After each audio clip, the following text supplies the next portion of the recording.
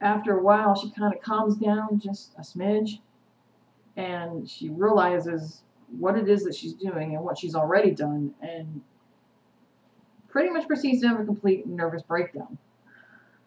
Stefan tries to be the boyfriend and comfort her, but it really doesn't work because it's not something that you can give comfort for. I mean, it's done. It's done. It's done.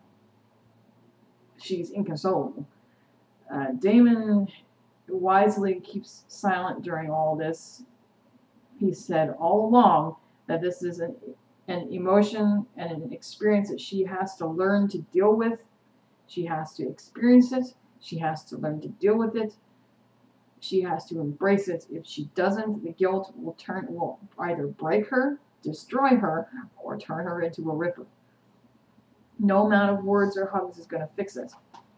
It's something that she has to deal with on her own, and only then can she come to grips with her emotion and learn self-control as a vampire. As a result of Connor's death, not surprisingly at all, I think we all kind of knew this was coming. It wasn't like they didn't drop enough hints. The tattoo that Connor had disappears from Connor and turns up on Jeremy's arm. Only Jeremy can see it. Whether or not he's going to mention this is anybody's guess. He probably won't for a while. He'll probably keep this to himself as he decides what to do about it. It was becoming pretty obvious that Jeremy was tired of all the vampire craziness in his and Elena's life. He was especially tired of being used and compelled. What will he do with this information? That remains to be seen. Matt, April, and Jeremy are talking, and it's fairly obvious that April's been compelled to forget everything again for her own safety, and Jeremy gives her his Vervain bracelet to keep her safe from being compelled again. Lena isn't faring any better by comparison. If anything, she's probably worse. She's in a state of calm right now, but it's a very, unstable calm, if that makes any sense.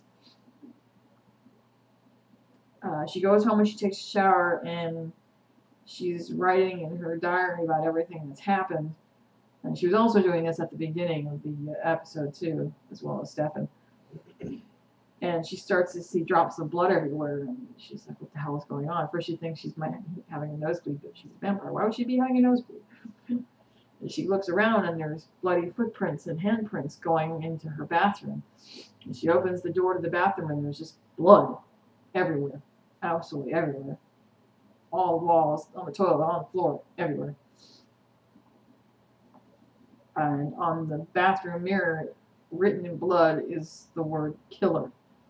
And she's in such shock, she stumbles backwards and falls onto her ass, and then looks up, and suddenly all the blood's gone.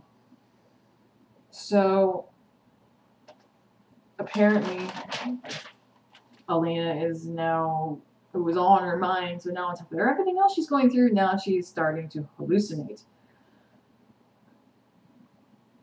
Whether it's because of the guilt of killing the hunter or maybe a repercussion of her actions, I don't know.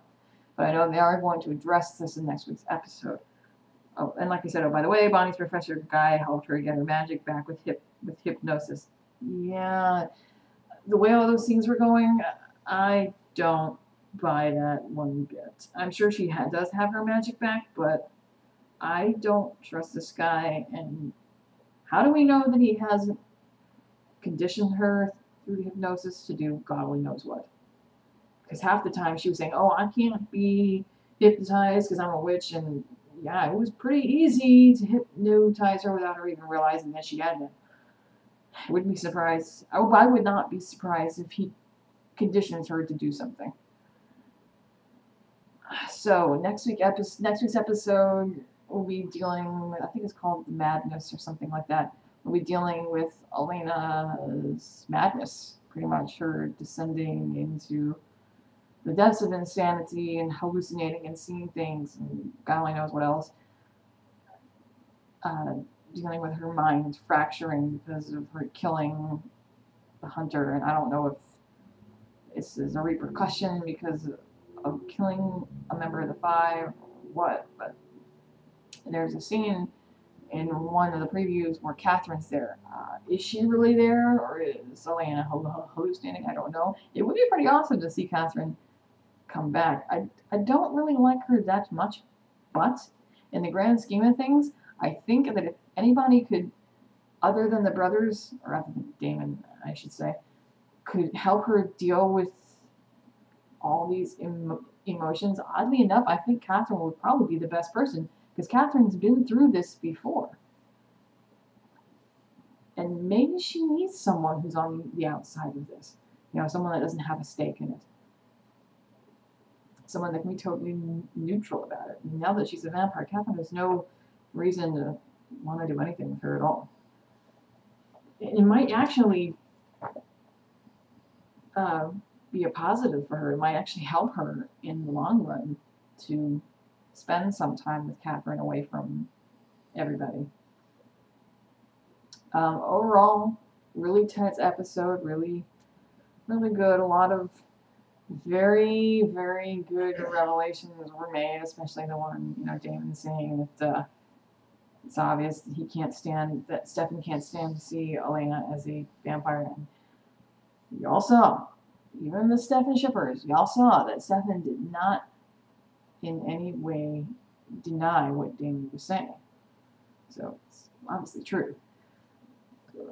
So, yep, that's it. That's blog for season 4, episode 5. And we'll see you next week for episode 6. Peace out.